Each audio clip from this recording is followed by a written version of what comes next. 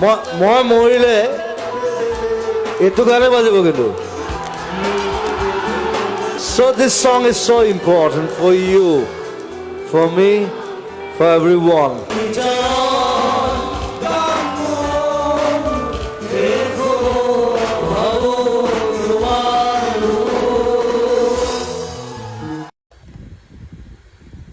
Hey guys, কি কম আপোনালোকক আজি বহুত বেয়া লগা দিন আজি আছে আমাৰ মাজত আৰু জুবিন দা নাই আৰু অসমৰ এটা সম্পদ যেন হেৰাই গৈছে